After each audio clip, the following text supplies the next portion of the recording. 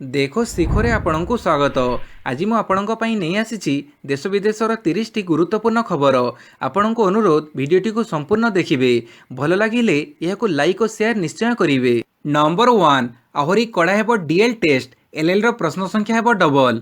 महामारी को दृष्टि रखी राज्य में लर्नर ड्राइविंग लाइसेंस अर्थात एलएल सेवा को दीर्घ दिन पर्यंत बंद रखा जाइथिला।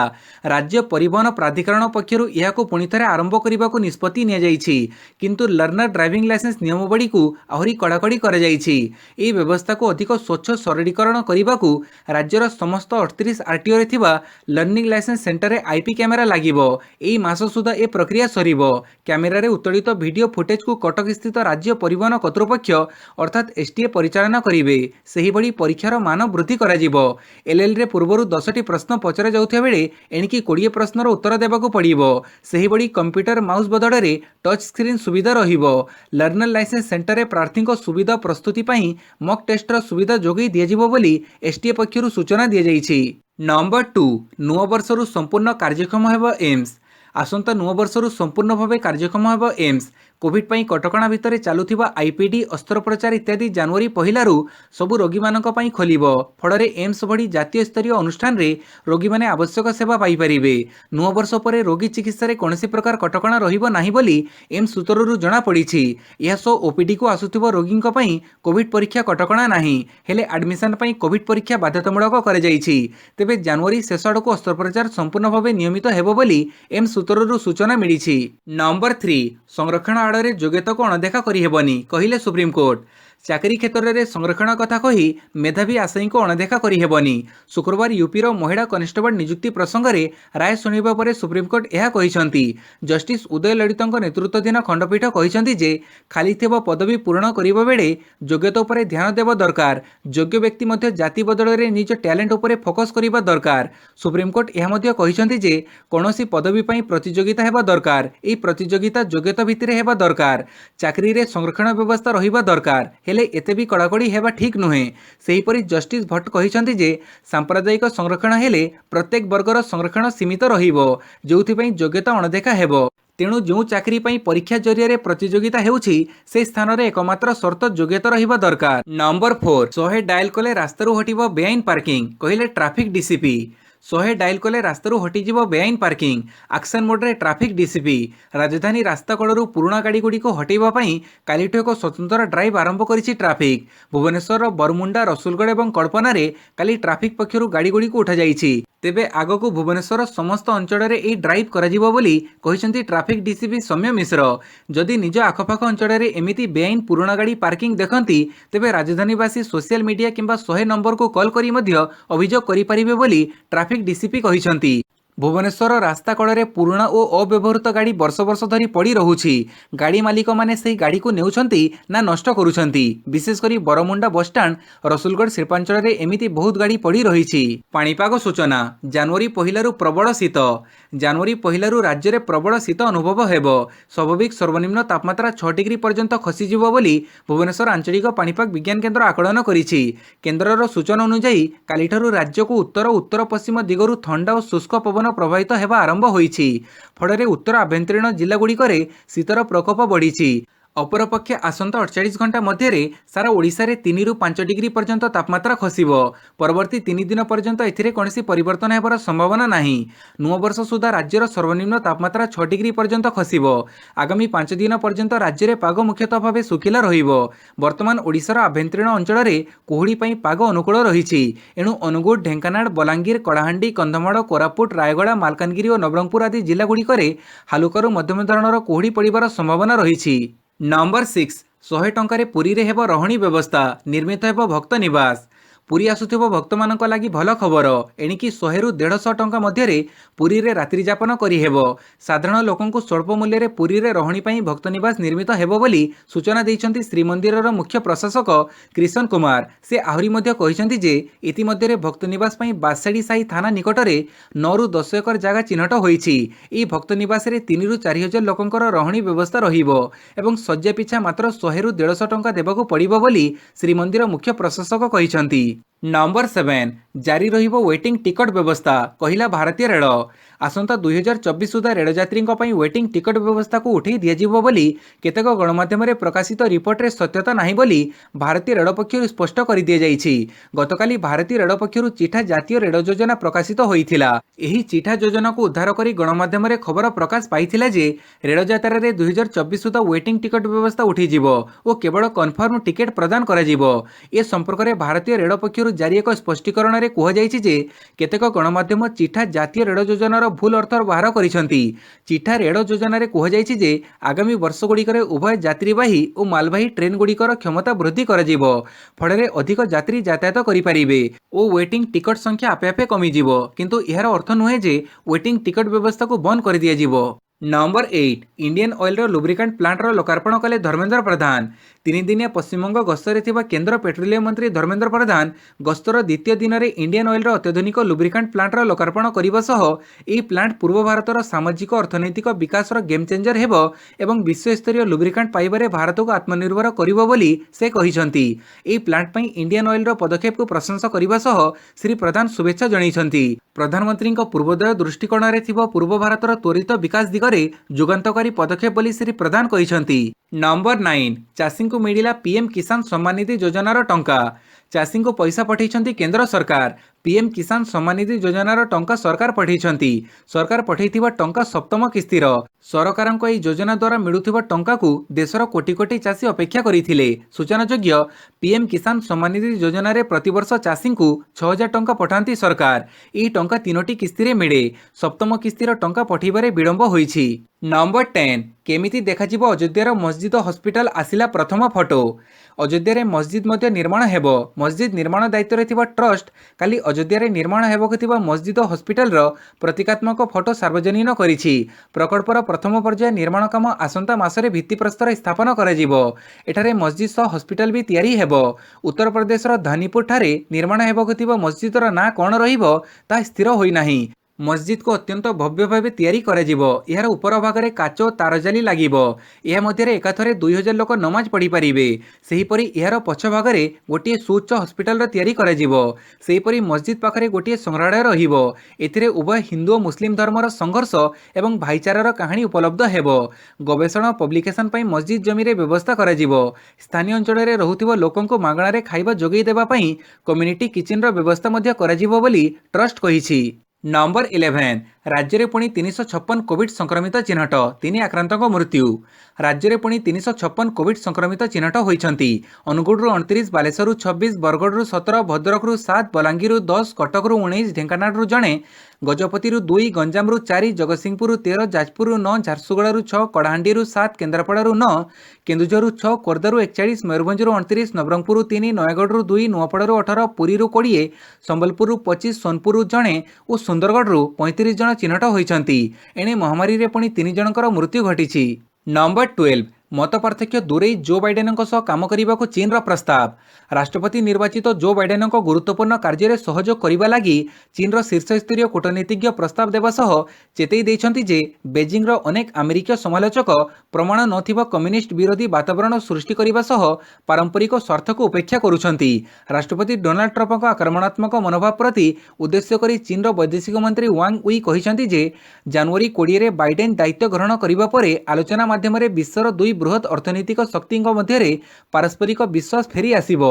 महामारी प्रसंग में वांग कहिले जे टीका प्रस्तुति में बेजिंग और वाशिंगटन सहयोग करी यूरोपीय देश मानक सहयोग करि परिबे। नंबर 13 100 वर्ष रे देखिबाकू मिली नथिबा भड़ी बजेट आसिबो कहिले निर्मला। आसंता आर्थिक वर्ष 2021-22 संपूर्ण अलग प्रकार हेबो। एमिति बजेट आसिबो जहाँ विगत 100 वर्ष रे देखिबाकू मिली नाही। एक कार्यक्रम में अंशग्रहण करी अर्थमंत्री निर्मला सीतारमण यह कहिसंती। महामारी परे एही बजेट तैयारी करा जाउछि। एहाकू स्वतंत्र करिबा लागि शिल्प जगतर मतामत जरूरी। आमे विश्व अर्थनैतिक विकासर इंजिन होई परिबा। विश्व को गुरुत्वपूर्ण योगदान देई परिबा बोली से कहिसंती। आत्मनिर्भर भारत संपर्क में निर्मला कहिसंती जे यार अर्थ नुहे आमे समस्तଙ୍କ ପାଇଁ ଆମର द्वार बंद करूछु। यार अर्थ नुहे भारत आमदानी किंबा रप्तानी करिबनी बोली से कहिसंती। नंबर 14 कोविड टीका मनीष को कुंभीर कर दे पारे कहिले ब्राजिल राष्ट्रपति। ब्राजिलर राष्ट्रपति जयर बोल्सोनारो कोविड टीका को समालोचना करने सह कहते जे फाइजर बायोटेक प्रस्तुत टीका मनीष मानक कुंभीर किंबा दाढ़ी थिबा नारी करिदेई पारे। प्रथम करी गत वर्ष देखा कोविड-19 प्रति उग्र दक्षिणपंथी नेता बोल्सोनारो सन्देह प्रकाश करिसेंती। तांको कहिबा अनुसार यह होची सामान्य सर्दी रोग, तेणु तांको देश में टीकाकरण आरंभ हेले भी से यही टीका नेबे नाही बोली ए सप्ताह गुरुत्व देई कहिसेंती। गुरुवार दिन बोल्सोनारो कहिसेंती कोनसी पार्श्व प्रतिक्रिया निमंते आंबे दायी रहिबो नाही बोली फाइजर राजीनामा स्पष्ट कर दिया जाइछि। टीका नहीं जदि आपण कुंभीर पाल्टी जाती सेटा आपणकर दुर्भाग्य। नंबर 15 बिजुंक नाम पारादीप बंदर नामित दाबी को केन्द्रर प्रत्याख्यान। पारादीप बंदर को प्रबाद पुरुष तथा ओडिशार पूर्वतन मुख्यमंत्री बिजू पट्टनायक नाम नामित करने ओडिशार राज्यसभा एमपी माने दाबी करथिले, किंतु एमपी मानक ई दाबी को केन्द्र पक्षरु प्रत्याख्यान कर दिया जाइछि। केन्द्र बंदर जहाज चलाचल जलपथ एवं सार रसायन राष्ट्रमंत्री मनसुख मांडव्य ई मर्मरे सांसद प्रसन्न आचार्य निकट को एक चिठी लिखिछंती। एथिरे से दर्शाइछंती जे गत सेप्टेम्बर 21 तारिख में राज्यसभार 252तम अधिवेशनर शून्यकाल आपण पारादीप बंदर ट्रस्टर नाम परिवर्तन कर बिजू पट्टनायक नाम नामित करने दाबी करथिले, तेबे एने कौनसी प्रस्ताव मंत्रालय निकटरे नाही। नंबर 16 ममता को झटका, बीजेपी रे सामिल हेले 11 टीएमसी नेता। पश्चिमबंग मुख्यमंत्री ममता बनर्जी को झटका। पश्चिमबंग विधानसभा निर्वाचन जेतिकी पाखी आसुची तृणमूल कांग्रेस सुप्रीमो ममतांकर आड़ुआ बढ़िबारे लागिछि। आगामी निर्वाचन नहीं बीजेपी और तृणमूल कांग्रेस मध्य कड़ा प्रतियोगिता आरंभ होइथिबा बेले ए मध्य टीएमसी छाड़ी बीजेपी रे जोग दैछंती 11 जन तृणमूल कांग्रेस नेता। एमानक मध्य 5 जन विधायक, जड़े सांसद और जड़े पूर्वतन सांसद मध्य बीजेपी रे जोग दैथिबा जणा पड़िछि। 2 दिनिया गस्तरे थिबा गृहमंत्री अमित शाह एवं पश्चिमबंगर मेदिनीपुर रे रैली करुथिबा बेले ए अवसर रे टीएमसी 11 जन नेता बीजेपी हाथ धरिछंती। एमानक मध्य तृणमूल कांग्रेस छाड़िथिबा प्रभावशाली विधायक शुभेन्दु अधिकारी और सांसद सुनील मंडल मध्य सामिल अछंती। नंबर 17 चांदीपुर रे एटीएजीएस व्यवहारिक परीक्षण। बालेश्वर जिला चांदीपुर ठारे अवस्थित पीएक्सई परिसर एटीएजीएस अर्थात advance towed artillery gun system व्यवहारिक परीक्षण हो जाइछि। डीआरडीओ पक्षरु संपूर्ण स्वदेशी ज्ञानकौशल रे ई अत्याधुनिक गन सिस्टम को विकसित कर जाइछि। दीर्घ 48 किलोमीटर दूरतार थिबा टार्गेट को यार मारक क्षमता रही। Advance towed artillery gun system ओजन 18 टन। विश्व में यह उन्नत अत्याधुनिक मारणास्त्र केवल भारत विकसित करिबारे सक्षम होइछि बोली एटीएजीएस प्रकल्प निर्देशक षडेन्द्र गड़े सूचना देइछंती।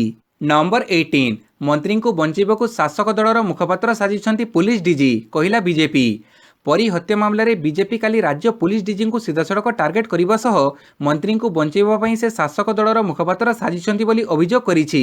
बीजेपी राज्य संपादिका डॉक्टर लेखाश्री सामंत सिंहार काली एक साम्बादिक सम्मेलन में पुलिस डीजी द्वारा परी मामला रे जारी प्रेस रिलीज को नहीं तीव्र प्रतिक्रिया व्यक्त करिछंती।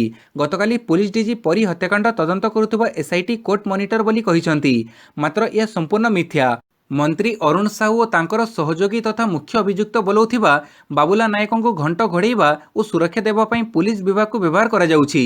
पुलिस डीजी शासक दलर मुखपात्र साजी मुख्य अभियुक्तों को घंट घोड़ीबार प्रयास करुछंती, नहेले एभड़ी असत्य प्रेस रिलीज केबे हेले केही दिए नाही। बंद लफाफारे सील होई हाईकोर्ट रे सत्यपाठ दाखल किभଳି सर्वसाधारण होइछि बोली से प्रश्न करिछंती। नंबर 19 स्टैच्यू ऑफ यूनिटी रे सी प्लेन सेवा आरंभ करिबा spice jet. Spice jet statue of unity ठारू साबरमती नदी मध्य डिसेम्बर 27 तारिख आरंभ करिबा सी प्लेन सेवा। एनी विमान कंपनी स्पाइस जेट पक्षरु कहुଯାଇଛି जे गुजरातर नर्मदा जिले में थिबा कोबाड़िया निकटस्थ स्टैच्यू ऑफ यूनिटी अहमदाबादर साबरमती नदी मध्य चलित मास 27 तारिख ठारू सी प्लेन उड़ाण आरंभ करिबो। एनी आज टिकेट बुकिंग हेबाकू जाउछि। चलित वर्ष 31 अक्टोबर दिन प्रधानमंत्री नरेंद्र मोदी सी प्लेन सेवार उद्घाटन करथिले, हेले एही सेवा आरंभ हेबार किछि दिन मध्य कोनसी कारणरू एहाकू बंद कर जाइथिला। नंबर 20 कुआड़े गला राज्य सरकार काड़िया योजना, कहिला बीजेपी। चाषी बिल परी हत्या मामला और कंधमाड़ मंडी चाल अभियान को नहीं काली कंधमाड़ बीजेपी पक्षर एक सांबादिक सम्मेलन स्थानीय सांबादिक भवन ठारे अनुष्ठित हो जाइछि। प्रारंभ में युव बीजेपी नेता अजित पट्टनायक अतिथि परिचय प्रदान करथिबा बेले अनुष्ठित सांबादिक सम्मेलन में जिला बीजेपी सभापति जगन्नाथ साहू जोगदेई कुआड़े गला राज्य सरकार काड़िया योजना बोली प्रश्न करथिले। सेहिबड़ी जिले में 22टी मंडी खोल जाइथिबा नै प्रशासन डिडिंब पिटुथिबा बेले यह केवल नामक मात्र बोली बीजेपी अभियोग करने सहित उक्त मंडी में केंद्र सरकार पक्षर दि जाउथिबा अखा सुतुली और चाषी अन्य खर्च बाबद को जो अनुदान दि जाउछि ताहा प्रदान कर जाउ नाही बोली मध्य बीजेपी अभियोग करिछि। नंबर 21 ପୂର୍ବତନ ମୁଖ୍ୟମନ୍ତ୍ରୀଙ୍କ 12 କୋଟି ସମ୍ପତ୍ତି ସିଜ୍ କଲା ଇଡି।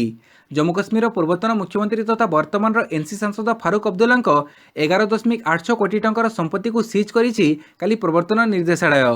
ଜମ୍ମୁ କାଶ୍ମୀର କ୍ରିକେଟ ଦୁର୍ନୀତି ମାମଲାରେ ଇଡି ଏହି କାର୍ଯ୍ୟାନୁଷ୍ଠାନ ନେଇଥିବା ଜଣାପଡ଼ିଛି। ଶ୍ରୀନଗର ଗୁପକର ରୋଡ କଟିପୁର ତହସିଲ ଜମ୍ମୁର ଭାଟିଣ୍ଡିରେ ଥିବା 3ଟି ଘର ସହ ଶ୍ରୀନଗର ଆବାସିକ ଅଞ୍ଚଳରେ ଥିବା ଫାରୁକଙ୍କ ଗୋଟିଏ ବ୍ୟବସାୟିକ କେନ୍ଦ୍ରକୁ ଇଡି ଜବତ କରିଛି। ଏହାର ବଜାର ମୂଲ୍ୟ 11.86 କୋଟି ବୋଲି କୁହାଯାଉଛି। ଫାରୁକ ଜମ୍ମୁ କାଶ୍ମୀର କ୍ରିକେଟ ଆସୋସିଏସନର ଅଧ୍ୟକ୍ଷ ଥିବାବେଳେ 43.69 କୋଟି ଟଙ୍କାର ହେରଫେର ହୋଇଥିଲା। ଏହି ଘଟଣାର ତଦନ୍ତ କରି ଇଡି ଏକାଧିକ ଥର ତାଙ୍କୁ ଜେରା ମଧ୍ୟ କରିଥିଲା।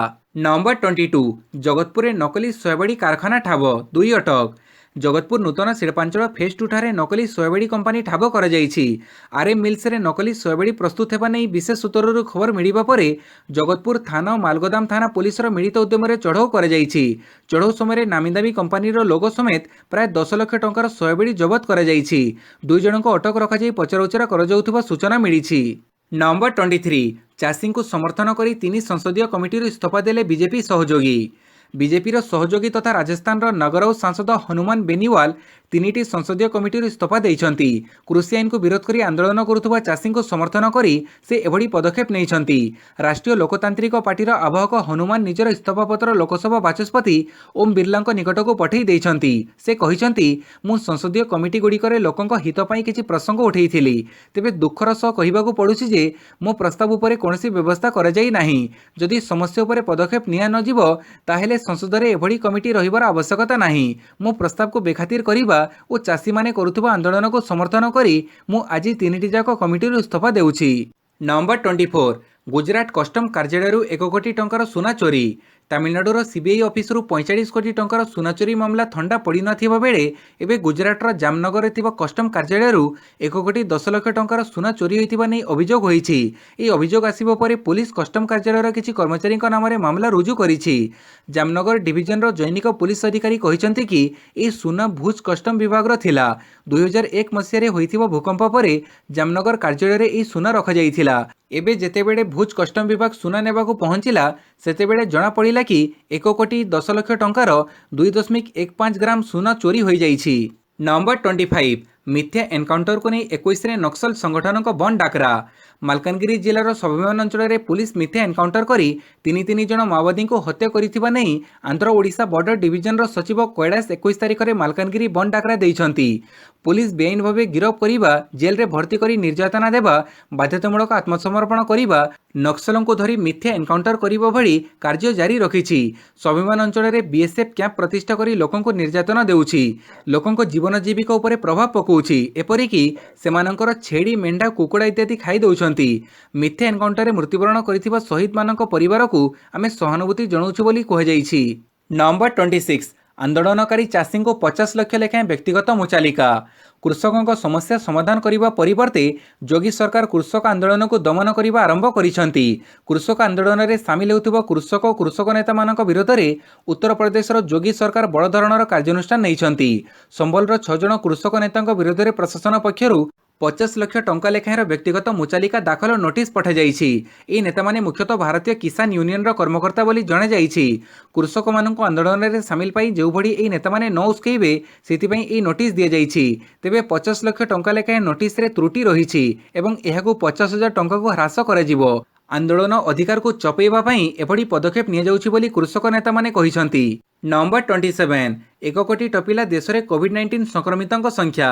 ଦେଶରେ 24 ଘଣ୍ଟା ମଧ୍ୟରେ 25,153 କୋଭିଡ୍-19 ଜନିତ ନୂତନ ସଂକ୍ରମଣ ଓ 347 ମୃତ୍ୟୁ ରେକର୍ଡ କରାଯାଇଛି।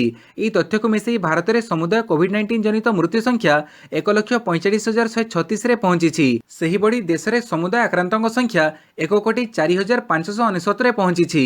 ଦେଶରେ ସମୁଦାୟ ସୁସ୍ଥତା ସଂଖ୍ୟା ହେଉଛି 95,50,712। ଏହାଛଡ଼ା ଏବେ ସକ୍ରିୟ ଆକ୍ରାନ୍ତଙ୍କ ସଂଖ୍ୟା ହେଉଛି 3,08,751। ନମ୍ବର 28 ଆଉ ଏକ ବ୍ୟାଙ୍କ ଠକେଇ 7,926 କୋଟି ଠକି ନେଇଛି ହାଇଦ୍ରାବାଦ କମ୍ପାନୀ।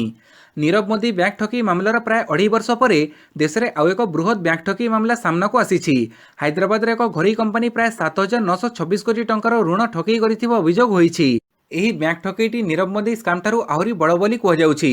ପ୍ରାୟ 7,926 କୋଟି ଟଙ୍କାର ଋଣ ଠକେଇ କରିଥିବା ଅଭିଯୋଗରେ ସିବିଆଇ ହାଇଦ୍ରାବାଦର ଏକ ଘରୋଇ କମ୍ପାନୀ ଟ୍ରାନ୍ସଟ୍ରାଏ ଇଣ୍ଡିଆ ବିରୁଦ୍ଧରେ ମାମଲା ରୁଜୁ କରିଛି।